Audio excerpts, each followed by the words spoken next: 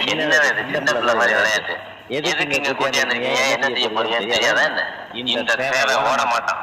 பாண்டி சீவல பேசி பாண்டியோட மரியாதை அவன் மானம் ஒண்ணுதான். முதுகுல கொண்டு பாதி என் மானம் போக நான் விட மாட்டேன். பாண்டியோட ஒத்தை கொத்த நிக்கிற தைரியம் உங்களுக்கு இல்லாட்டாலும் நேருக்கு நேர் நின்று நெஞ்சு சொல்ற தைரியம் இருக்காவே. அங்கே பிடிச்சி எடுத்துக்கவே.